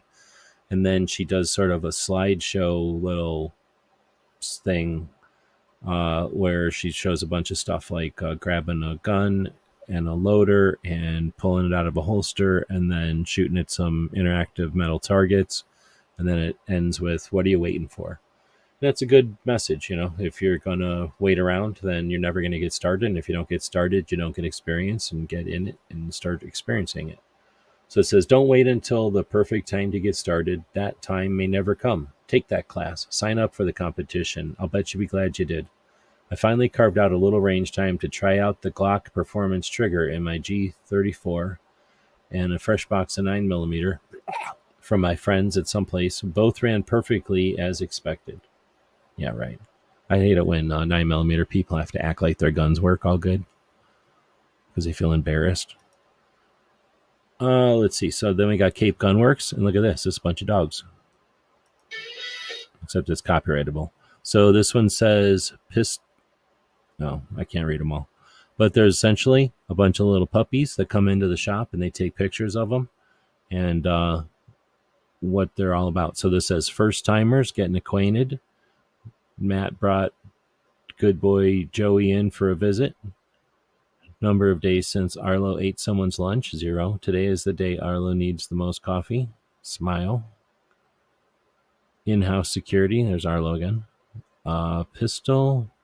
I can't get that one. Pistol pickup. Remington is here for vendor day. One handsome 2A supporter. Transfer pickup. So that's kind of cool. I like the whole idea. I mean, obviously, I'm paying attention to Cape Gunworks, so I'm watching their channel, but I watch quite a few gun shops, and I haven't seen any others that, well, I shouldn't say that. I've seen others do this, but it'd be cool to see it on a regular basis to take pictures of the different dogs that come in, service dogs and just regular dogs that come in to visit the shop. Because then what happens is people start to bring their dogs into the shop. You know what I'm saying? It's a win-win. Win-win-win, because we all win. Speaking of winning, Tony says, second for everyone, Diversity Shoot mission is to welcome all people into the firearms community. We aim to educate people on their Second Amendment civil right to keep and bear arms, firearms safety, and firearms manipulation. We discuss the racist history of gun control, current laws, regulations, and requirements while introducing them to the Second Amendment rights organizations that fight for our rights. We also eat pizza, shoot guns, and have fun. Join us Thursday, September 21st. Oh, I thought it was next week. No, that is next week. 21st, 6 to 9 at Union Hill Gun Club in Monroe, New Jersey. Thank you for our ammo sponsor, Ammo Lab. And tickets are available on Eventbrite and at the website, diversityshoot.com. So Tony's letting people know about his next shoot. If you want to participate, feel free. Spread the word for sure. And if you want, buy a slot. Help them pay for some of that pizza. And then we got San Diego Gun Owners. It says Big Man Comics. Artist Gabe, I don't know his name, speaks on Gun Owners Radio, the Magnum Show, about he left his dream job at DC Comics. Check out the full episode in the link in our bio. So the Magnum episodes are back, and these are long format interview conversations with people about stuff. So usually it's gun related, but not always. Sometimes it's gun adjacent, but not always. And in this case, this is an artist who worked at DC Comics and worked on quite a few of the name brand titles, the different superheroes and stuff, but became disillusioned with their politics, and then eventually left the industry, left the DC Comics, at least employer, because of the culture, he said, in the comics department. And that's how they kind of start the conversation. But man, do they get into a lot of stuff. This is not necessarily gun related. It's not politics, but it is just personal choices and life in 2023 and attitudes and perceptions. And, these guys are in California and they've got weird lives where they're drawing comics and talking on the radio. But really interesting conversation. If you've got some time, it's more than an hour. I caught maybe the last half of it, I think. More than half. It was pretty good. Back to Stephen Holbrook. It says the executive branch has no authority to invent new crimes. He's at it again. Merrick Garland proposes ever more intrusive ATF regulations. Second Amendment Roundup, 9/11/2023. Says Attorney General Merrick Garland is proposing new ATF regulations that would expand definitions in the Gun Control Act to require ever more gun owners to obtain FFL licenses. This follows a regulation redefining frame or receiver and another one reclassifying pistols with braces as short-barreled rifles. The proposed ATF regulations here purport to make law by expanding the reach of the Gun Control Act beyond what Congress enacted. The rule states that a person shall be presumed to be engaged in the business of dealing in firearms in civil and administrative proceedings if the person does something on a non-exhaustive list that the ATF invented, such as offers for sale firearms, and also demonstrates a willingness and ability to purchase and sell additional firearms. A single firearm need not even be sold if the person expresses a willingness to sell firearms. Even if the person has no firearms to sell, that's not how Congress defined these terms. Read his whole post, and that gives you another idea of like having someone who's a researcher and someone who's a writer and who's familiar with the roots and the the intricacies and the origins of these things. Having them offer perspective is often very useful. Oh, snap. Got a buck coming in from Brooke. Thank you very much. Considering I haven't shipped you the stuff from the store. I was just saying, I think I was trying to get to the posters last week and I couldn't get there. So I'm going to try to get to the posters again next Thursday, I think, or next week, let's say, maybe Thursday. And so I appreciate the super chat. Thank you very much. Super chat is just giving me $1 essentially. So thank you for that. We'll have to give you some super chats on your Saturday show. Wait a minute. I'm assuming, I don't know if you're monetized. I assume a lot of shit sometimes. So Brooke does a show on Saturdays where mental health awareness and suicide prevention are the focus. It's a show to offer insight and some ways to have conversations with people on our side, the other side, and people that just might need some help, somebody to talk to or whatever.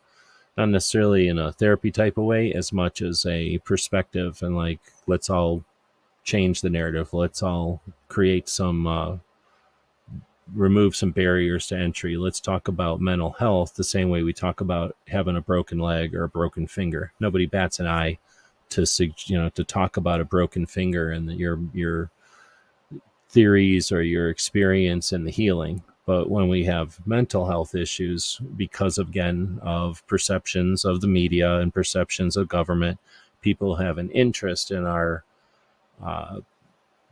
actions. They've created this situation where, or the situation has been fostered. I don't know if they created it, but the situation exists where mental health is all but ignored and all but shunned to talk about. And there's really no reason for that. And we'll be better with shows like Brooks to make that more common, make that more approachable. Another person doing similar things is Gabby Franco. She says, as a lawyer, governor, whatever, must fully understand the implications of her egregious actions. So this is Gabby, not like regular people who are just trying to get some attention or just trying to put their hat on the peg that's a new thing going by, or, offer, just basically say something. So when Gabby says something, I'm paying attention. It says Governor What's-Her-Face claims her bold action to suspend people's Second Amendment rights is meant to fight gun violence. By her logic, the government should suspend the Fourth Amendment to fight the horrendous fentanyl situation. I believe that politicians like her learned during the pandemic that upholding their oath to the Constitution is relative to the crisis they declare. It is as if they believe their righteousness gives them the power to stomp on people's rights for the common good. So that's an awesome way, an eloquent way to frame the situation. But I'm going to move on. Ginny Thrasher is an Olympic level shooter, and since Barbecue's always doing book clubs, I thought this might be interesting to talk about. It says our book club discussion on Instagram Live is almost here. Whether or not you've read, you can attend to gain some insight from our first book, Mastery by George Leonard. So they're calling it the On Target Book Club, and they're talking about books that are about guns, but in this case, shooting and competition shooting, probably marksmanship type competition shooting. And if you like to see, I don't know when this is. I just posted it because I got book club thing. But if it hasn't already happened, or maybe for the next one, you might want to check out Ginny. She's a Olympic level shooter coach, and she's creative. She uses the internet to facilitate a bunch of stuff. All right, I guess that's the end. So that was the stuff we looked at. Let's take a look at how I get this stuff, since I don't have a time constraint. Normally, I do this show earlier in the day on Wednesdays so that I can lead into the Cape Gunworks Rapid Fire Radio show. And my goodness. So this is what we're looking at. We're looking at the typical Instagram feed. I just went up and said, what's new, essentially, to Instagram. And it said here, my friend Tactical Medic, that we looked at one of his posts earlier, said that we had a bit of a storm last night here in Mesa. Came to work this morning to behold this. We suffered significant storm damage and flooding. Looks like there'll be a bunch of new items in the bargain bin next show. So this is, I'm assuming, their front door. Big chunk of the front window got blown out. Oh my goodness, look at how much of the store is all wet, flooded out. And they do keep stuff on the floor, but in these bins. So those bins, if they're watertight, kept some of it good. Oh my goodness, I forgot about moving that. We moved them in there a long time ago. They have a lot of stuff. I forgot about the back room. Holy shit. So, they probably suffered some frustration and losses. I don't know what's going on with Ed's manifesto there. Here's another look at the aliens that were shown in Mexico's Congress yesterday. Oh my goodness. So they're saying that that's an alien. There's the alien. The true minority in any government system is the individual, regardless of class, color, or creed. San Diego gun owners. Here's Toby. So here, Toby's talking about changing the time up to an earlier time this morning. So I already clicked this heart thing, and that's something that you can do when you're on Instagram. There's 4 things you can do when you're on Instagram. The first one is to heart. I guess there's 5 things or 6 things really, but first one would be do nothing. You could do nothing. You could just observe, look, and leave, right? Whatever you looked at is going to be remembered by Instagram, but to the basic level, it just pays attention to what you looked at, maybe how long you looked at it and stuff like that. But you can click that heart. And when you click that heart, that means that you are putting yourself on a list of other people that have clicked that heart.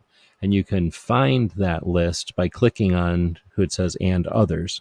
So you can see all the other people that today have clicked the heart on that particular post. And that's an indication of the popularity and the reach of that post or that account, and the importance or the urgency of the post itself. So the person who posted it, or the account that posted it, and then the account or the topic of the post itself. Now, I could also say something. 2 people have already done that. You can click on the comments here and see what people have said. One of them is Duncan saying notifications are great. And then Steph said no chewing your nails. So, right. So now I could have added to that by clicking on the little speech bubble here and said something like, missed the beginning, but caught the end with Holly. And then I could put a @ CCDL, which is the beginning of CCDL _ carry on for whatever reason, is what the CCDL calls theirs. And then I can tell the robot to make beginning be spelled right. Okay, then I can say post. So now I have a comment that's also readable or discoverable. And look, they can click on my name and go to my post. Oh, it's almost like self-aggrandizement or whatever. Now, when you go over here, you can also find people, but not too many people are clicking on stuff and doing all that. But plenty of people want to say something funny or say something annoying or whatever. And then, you're going to get a bunch of people that can heart your comment. They can reply to your comment, or they can have a fit about your comment. So what you're going to discover is there's people that are going to live in the comments of other people's content. And that happens on every platform. And there's people that only live in the comments. And there's nothing wrong with that. It's just that's the way some people do their thing. And some people are out there being cool, and some people are out there being really freaking weird.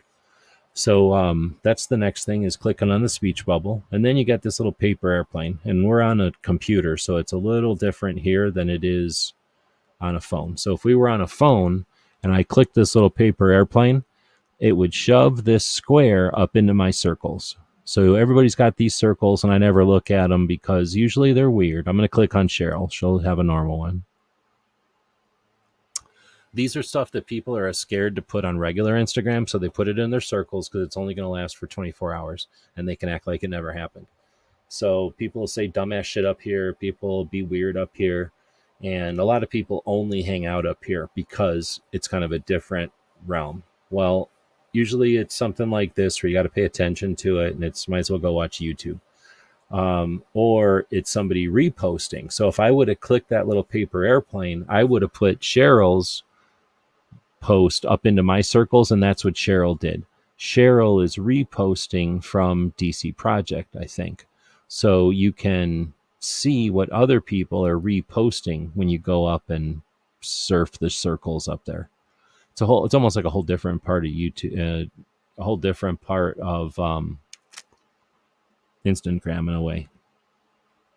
So that's the paper airplane. I can't do it on a computer because it doesn't do nothing on a computer. It just tries to send a link to people when you do it on a computer. But then finally, you got this little ribbon-looking, chevron-looking badge thing. I don't know what to call this thing. So that lets you put it into your collections. And I've had Instagram for a long time. I use it for different things. And you can see I have a whole bunch of different collections of things that I find interesting or whatever, different reasons. Look, I even have a dumb one for 9mm.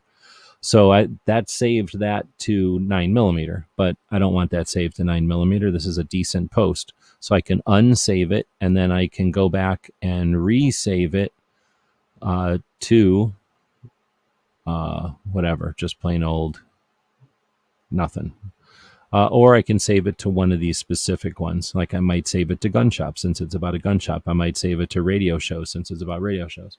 But whatever. So then when you go up and look at your Instagram again, you can go to your saved, and depending on how many of those folders you've created, you can go browse through the posts that you've added there. And that's what we do every Wednesday, is take a look at the last week's worth in our collection here. All right. So let's go take a look at what people are saying over here. Let's end the poll. So we've had a poll going. A lot of people will charge good money to use the polls over on YouTube. We don't. It's free over here. So you could have participated in the poll for free if you would have felt like it. Most important thing for 2A right now. 47% say 2A activism, and that's the correct answer. 41% say New Mexico tyranny. That's a red herring. If you don't know what a red herring is, go read a definition of a red herring and you'll understand. 8% said, or no, sorry, that's 6%. This is on my tiny little monitor way far away from me. 6% said Massachusetts. 6% said the 90-day comment period. Trick answer, because all of them are important. New Mexico is fake. The rest of them have value, and the value isn't in fighting. The value is in learning how to fight. These are each opportunities for the new group of people. I can tell you with certainty that the group of people I'm fighting shoulder to shoulder with right now is different than it was 5 years ago, and that's different than it was 15 years ago. That's certainly different than it was 20 years ago. If you think it's going to be the same people standing arm in arm with you 2 years from now, 5 years from now, I'm sorry to tell you that that's not how it works. So right now, we have a group of people who are the most competent, have the most potential to end everything bad that's working against us. The problem is that we don't have leaders. We don't have people who understand the resources that are available right now and the ways to use them. I think we may. We have Gun Rights Policy Conference coming up, and they say that they get together and strategize. We've not seen much results of that other than, well, I'm not going to get into it, but we'll see. There's opportunity. USCCA is either happening or just happened. I like to think that even though people are going there to look at grip angles and red dot interface platforms or whatever, they're also meeting up after hours and having conversations about the things that matter. And the consequences of those meetings sometimes take a couple of weeks or whatever to come through. But let's go ahead and end this one. 2A activism is the answer. I know it just happened, but I'm saying the consequences of it will be still kind of coming out as people get home and people absorb the conversations they had. I'm giving way more credit to USCCA than I've ever seen results come out of USCCA, but we only have so many national level events to deal with.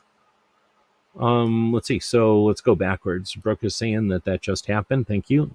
Woods is saying cute and quirky. Weird is different than weird. Okay. I don't know what I was saying. Brooke is saying weird makes the world go round. It does in a way. Why ally with robots? Because by understanding the robot, we master the robot. Robots are our friends. Everybody's saying hey to each other. Brooke is saying I can barely understand Instagram. Instagram has changed dramatically. It used to be a lot of fun. Instagram is like, I don't know, some kind of like a gun show or some kind of cool event that was really cool for a while. And then it got trashed by a bunch of losers.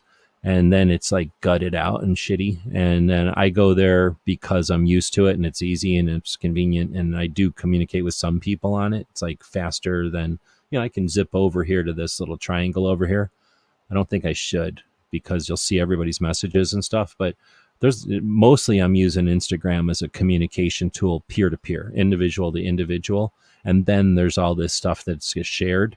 And then I distribute information on it. But as far as the platform itself being good for growth, good for discovery, good for in your time spent, it's lost any of that. The people, there's no value in Instagram other than wasting time or being entertained while you're waiting for your dentist or something. And then the people that go there to offer that are useless. So unfortunately, most of the people that are dancing on Instagram are just wasting everybody's time. So Instagram itself ain't all that great, but what's happened on Instagram keeps me going back. If there was a better, different, a newer platform, even I don't care if it's newer, just different or better, I'm there. Instagram, I'm completely glazed over. I don't know what the word is. Like I've lost any interest in Instagram other than it's easy and I have a presence there. But I don't think it helps anybody. Instagram is certainly not gun friendly, and there's nobody using it with gusto. People are only using it as a residual at this point. So I wouldn't say it's worth any time. It's one of the reasons I do this show, is it gives us a chance to take the good stuff, all the best stuff that I'm able to find, and then wipe it over here on YouTube once a week. Really, I'm doing this for my Patreons so that they can check it out, and the channel members, but anybody else can check it out too. But then that way you don't have to go look at Instagram, because honestly, it's boring. It's lame. Back in the day, you could go to Instagram and what is it? If I searched on this hourglass, no. On the phone, if I click on the hourglass, it goes to a different page of like random stuff. But now if I went there, if I showed you my phone and I looked at the random stuff, quote unquote, it's basically boobs. It's girls in some, level of wearing a bikini. And then, or except nowadays, you wear a lightsaber in a bikini because you're cosplaying. And then stupid shit, sharks and cars and dumb shit that's like for 15-year-old kids or 13-year-old kids maybe. So Instagram doesn't show you what you care about, because we care about guns, and it won't show us guns. It won't even show me competition or politics. It doesn't show you anything. It only shows you, like, sometimes you'll see some military pictures and they're like weird, boring military pictures. So they're nothing. It's useless. It used to be kind of good. Roy is saying I haven't been on Instagram. It just became a massive time waster. Yeah, and the robot is good at figuring out what you like. So if you like blue Camaros, it's going to go find all the instances of a blue Camaro and shove them at you. Here's one racing. Here's one in a movie. Here's one at a car show. Here's one being built. Here's one being raced. It's going to show you everything you can think of, trying to desperately keep your attention. And as soon as you pause long enough at a panda during all that, it's going to start showing you pandas. It doesn't care. And because it doesn't care, it allows people that exploit that to exploit it. And it's just become a bit of a nothing. But I'll give it this. It's nowhere near as angry as Twitter. If I went over to Twitter right now, which whatever you want to call it nowadays, and I start looking at what Twitter's got going on. So here's mine, and mine is just essentially, here's what I'm doing, here's what my friends are doing. But if I go look at what other people are saying on Twitter, it gets ugly and mean quick.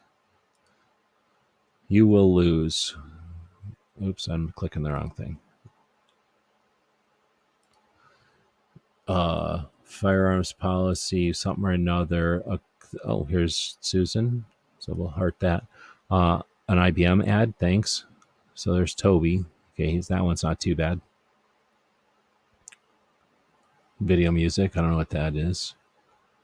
This is Rhonda Ezel. She kind of can take off her gloves every once in a while, but she's steadily slapping people. She's not often punching them, or she's never sucker punching anybody, but she'll constantly slap people. Armed attorneys, USCCA, AR guns. Of course, now it's not going to be an example of it, but typically by the time I scroll down this much, it's a bunch of just people being mean and like snarky and telling me about somebody who got killed or some sort of somebody who snuck out from behind somewhere, and just like some kind of video of somebody getting smacked around. So it's just people looking at security camera videos often and then saying we're doomed as a society because I watched a security camera video. Worst channels out there are the channels that make people scared of each other by watching security camera shit. Such garbage. That's like, is any sports go out and just watch losers and losses? It's ridiculous. Brooke is down with the ATF, total garbage. And then we're back to the weird moonshine. There's some kind of pancake moonshine, I guess, waffle moonshine. I don't know. That's what happens when you start drinking. You lose all sense of reality, and you start demanding waffle moonshine, I guess. All right. I think we're done. Flashback. Our following hashtags helps.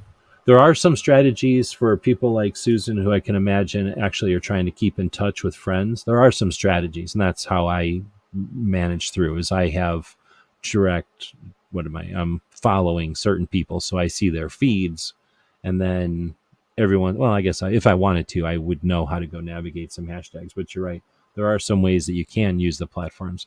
In general, though, the platforms are essentially, they close the doors to us, or they close the doors behind us every time we leave. And it just made it much more different, or much more difficult to have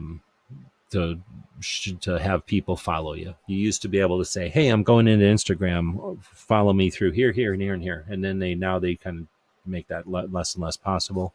So the only people you're really talking to are the people that are already in Instagram. Okay, Mike White has taken off. It's about time for us to leave this one be 2 hours. So we comfortably fit 2 hours in talking about, like, I don't know how many posts that was, but that's because we didn't have Cape Gunworks right after this.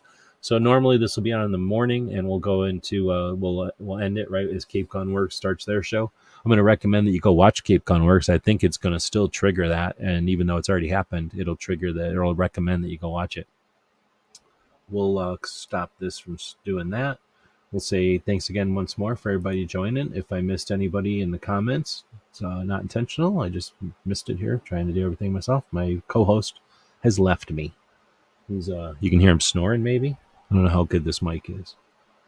But with that, we'll say thanks again to the Patreons whose support makes it possible for us to even consider spending 2 hours on this. I didn't care at all about grip angles. I'm not making anyone in the industry happy about me. I'm probably burning bridges with some of the exploitive people in the 2A community, and I'm just boring the people that don't get outraged by the continual exploitation of red herrings when we have the opportunity to end the fucking NFA, which is what we have in our hands right now. All right, I'm going to end this one and recommend the store. Thanks for buying stuff. We'll be back next time. GearWebsites.com is your source for firearms-based playing cards and books. We also have mugs, shirts, and posters with designs that we've made live. Of course, we have patches. Every Friday is Free Patch Friday. We appreciate your support. Thank you for shopping at GearWebsites.com.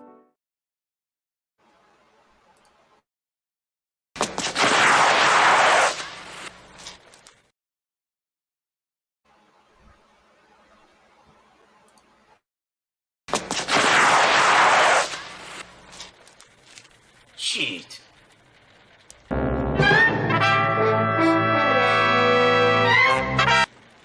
Ninja? Ninja! Ninja!